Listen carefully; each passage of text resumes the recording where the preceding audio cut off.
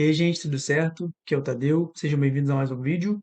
Nesse vídeo de hoje, a gente vai tratar de dois sintomas da doença de espírito da nossa época, como bem elencado por Viktor Frankl no livro Psicoterapia para Todos, certo? Esses dois sintomas, na verdade, são duas atitudes, né? Eu preferi botar isso no título do vídeo justamente porque a gente vai entender o que que é essa doença do espírito e o que que são esses sintomas. Antes disso, contextualizando a vida e obra de Viktor Frankl, ele foi um psiquiatra preso pelo exército nazista em um campo de concentração. Ele era judeu e calhou de graça a Deus ele sobreviver e criar a sua abordagem terapêutica chamada logoterapia. Uma das ênfases da logoterapia é combater a doença do espírito da época dele, né, que ainda é a nossa, que é a frustração existencial. Dessa frustração existencial vai decorrer pelo menos dois sintomas, ou seja, duas atitudes, que a gente vai elencar aqui nesse vídeo e que a gente precisa combater, né, internamente, caso a gente tenha algum movimento similar de uma dessas duas atitudes, certo? A primeira atitude seria a atitude fatalista. A pessoa fatalista é aquela pessoa que não age por achar que o destino é insuperavelmente poderoso, né? Por achar que a vida é assim mesmo, que ela é assim mesmo, ou seja, justifica suas ações por achar que sempre foi assim. Tipo assim, eu sou ansioso mesmo, né? É inevitável ser ansioso, e é isso, né?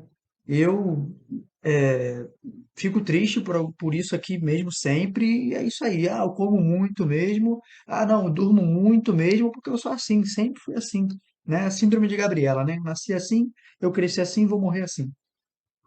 De alguma forma, né, a pessoa com atitude fatalista, ela acha que a sua carga genética, ou seja, sua hereditariedade e o meio em que ela vive determinam a sua vida, certo? Determinam a sua vida. Ou seja, o destino está no controle da sua vida. Eu não posso fazer nada porque o destino é insuperavelmente forte. Só que o que acontece é que, de fato, a sua carga genética e o meio ambiente em que você se encontra, elas influenciam na sua vida. Isso aí ninguém nega, certo? Mas agora, determinar é outro assunto, certo? Determinar não determina. Você tem escolha, certo? E a pessoa em atitude de fatalista, ela não questiona suas crenças, certo? A pessoa, por exemplo, que fala, né, que eu como demais, eu sempre comi demais. Beleza, mas por que que você come demais? Eu digo assim, né, o alimento é necessário porque a gente tem uma necessidade de fome, né? A gente tem fome, é uma necessidade básica do ser humano. Mas a pessoa que fala que come demais é porque ela come acima do que ela realmente precisa comer. Por que que você come acima? Por quê? Não é isso? É questionar suas crenças. Porque, de repente, na sua infância, você viveu um período de escassez e agora que você tem um pouco mais de condição, você está conseguindo comer mais abundantemente, né? E isso ficou na sua cabeça, né? Aproveitar que tem comida, porque o momento de escassez pode chegar a qualquer momento. Pode ser, é um movimento psicológico. Super compreensível. Mas o fatalista, ele nem questiona suas crenças. Ele simplesmente justifica. Eu como demais, sempre foi assim, ponto. Ponto. É uma pessoa que tem repulsa à responsabilidade pelos próprios atos. Repulsa. Por que que tem essa repulsa? Porque ela crê firmemente que o destino é muito mais forte que ela.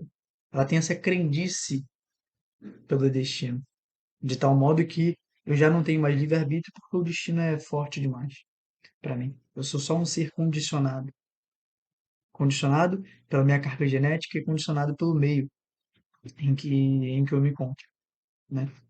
E ela não tenta mudar alguns comportamentos. Por quê? Por mais que alguns sintomas sejam ruins desses comportamentos, por exemplo, o fato de comer demais pode levar a pessoa à obesidade. Tá?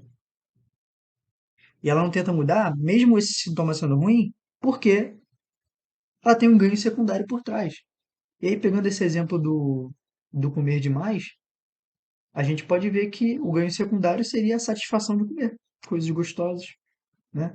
A satisfação de não precisar fazer exercícios físicos, porque, eu, sei lá, cara, tô comendo demais aqui, né? Tô sem energia, então eu sou gordo mesmo, sei lá, sabe? A pessoa vai fazendo aquela elaboração neurótica de que, putz, eu tenho essa justificativa aqui, então para que fazer aquilo, né?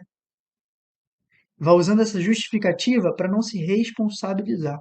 E esse primeiro sintoma da frustração existencial, que é a atitude fatalista, é justamente uma pessoa que tem repulsa à responsabilidade. Ela acha que ela é condicionada pelo destino e que não tem nada que ela pode fazer para mudar a vida dela, para mudar ela, né? Mudar algum comportamento, etc. Certo? É... E aí tem uma frase do Viktor Frankl nesse livro, que ele fala: por natureza não possuímos nenhum defeito que não possa transformar-se em virtude e nenhuma virtude que não possa transformar-se em defeito. Certo? Essa frase eu achei interessante, então resolvi botar aqui. Acho que eu já tratei desse assunto. E a segunda atitude, que seria o segundo sintoma, seria a atitude existencial provisória, que é o famoso carpe diem, né? Vamos aproveitar o presente, vamos viver a vida presente, né? Aquela coisa de para que eu vou lutar, para que eu vou batalhar pelas coisas na minha vida se o futuro é morte. É como o exemplo que ele dá no livro, né? De um contexto de Guerra Fria. Para que eu vou, né, sei lá, estudar para passar numa universidade se a qualquer momento uma bomba atômica pode cair, né, no nosso país? Assim, o contexto de Guerra Fria tinha uma certa base essa neurose, porque era o contexto de Guerra Fria. Mas essa atitude ainda assim permanece nos dias de hoje. Do tipo assim, para que eu vou passar num concurso público se o futuro é a morte? Se a gente vai para o mesmo lugar depois que a gente morre? Suponhando que a morte é o fim e não existe mais nada, né? Para quê? Para quê? Não é isso? A pessoa que só vive focado no presente. Atitude existencial provisória. Ela vive sempre uma atitude provisória. Ela nunca vai para lugar nenhum, ela sempre está só no presente, como se a vida fosse só o presente, certo? E, naturalmente, um dos sintomas dessa atitude é a falta do domínio dos impulsos.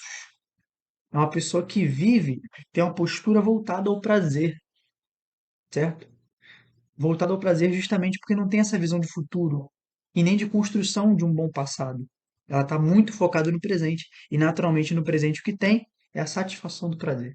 Uma pessoa extremamente voltada ao prazer. E isso é muito danoso, sobretudo para os relacionamentos amorosos. Não é possível estabelecer um relacionamento amoroso duradouro se a pessoa só busca a satisfação do prazer imediato, certo? Naturalmente, um relacionamento amoroso, a gente precisa ceder em algumas coisas, a gente precisa renunciar nossas vontades, nosso ego, né? Para fazer projetos a longo prazo, de forma geral, né? Para estudar para um concurso, para trabalhar em uma outra empresa, para fazer uma viagem, economizar dinheiro, enfim. Tudo isso se perde na atitude existencial provisória porque a pessoa só pensa em realizar as coisas no presente, né? E como, né, a responsabilidade é para a atitude fatalista, o dever é para a atitude existencial provisória. E o que é o dever? O dever nada mais é que uma tarefa a se cumprir, certo? Uma tarefa a se cumprir. Porque esse dever ele vai criar uma noção de futuro para essa pessoa que está muito autocentrada no presente. Vai criar a noção de que Frankl fala de autotranscendência. Ela vai entender que ela não é apenas o que ela é agora, mas ela também é o que ela pode vir a ser. É o homem no devir, né? O que ela pode vir a ser. E para eu chegar ao que eu quero ser, eu preciso do meu dever para conseguir caminhar em direção a isso, certo? E esse dever vai criar essa noção de futuro e vai tirar ela dessa alta tensão do momento presente.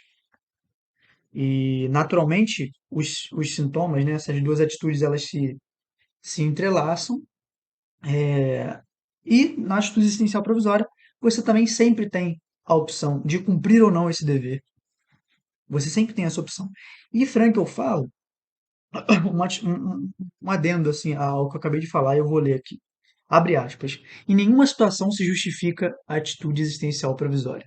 Nem mesmo o aproximar-se da morte priva de sentido a vida. Ainda assim, cabe ao ser humano uma tarefa bem concreta, a mais pessoal de todas as tarefas. Quando mais não for, é a de oferecer o desempenho do sofrimento digno e honesto em função de um destino autêntico. Quer dizer, é suportar o sofrimento com bravura. Quando você não tem mais nada o que fazer, quando a morte está tocando a sua porta, você suportar o sofrimento inevitável da vida com bravura, com honradez, de forma nobre, para inspirar as outras pessoas ao seu redor. E entender que tudo que você faz, todo ato humano, ele fica guardado em um lugar da eternidade. Todo ato humano fica numa espécie de, vamos por assim, depósito no passado. O que é, e o que foi, continua sendo. Porque o que foi não pode parar de ser, você entende? Não pode. E naturalmente, nessas duas atitudes, você vê o grande foco, né, da atitude fatalista é no futuro. Porque ela tem uma crendice muito grande no destino.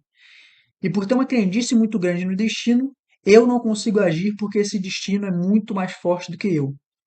Enquanto que, na atitude existencial provisória, eu tenho foco no presente. E eu não quero agir porque uma bomba atômica pode cair e explodir tudo e eu morrer. Eu estou no presente, eu não quero agir porque o futuro é a morte. Para que eu vou agir? Para que eu vou conquistar coisas se o futuro é a morte? Né? Então você vê que são focos excessivos, né? E nos dois tempos. Eu não falei do passado, né? Mas aí seria a melancolia. Mas, de forma geral, são focos excessivos de presente, atitude essencial provisória. Futuro, atitude fatalista. E no passado, só para complementar, atitude melancólica. Então você entende que a vida é esse equilíbrio, né? É de você não focar em nenhum dos três tempos de forma excessiva, mas articulá-los, para aí sim ter uma vida mais saudável, digamos assim, e sair de fato dessa frustração existencial, como é a doença de espírito da nossa época, que é uma temática que Frankl aborda em quase quase todo o livro dele, né? A questão da busca de sentido. E isso que eu queria falar para vocês, né, nesse vídeo de hoje. Espero que vocês tenham gostado, que tenha provocado algum tipo de reflexão na vida de vocês.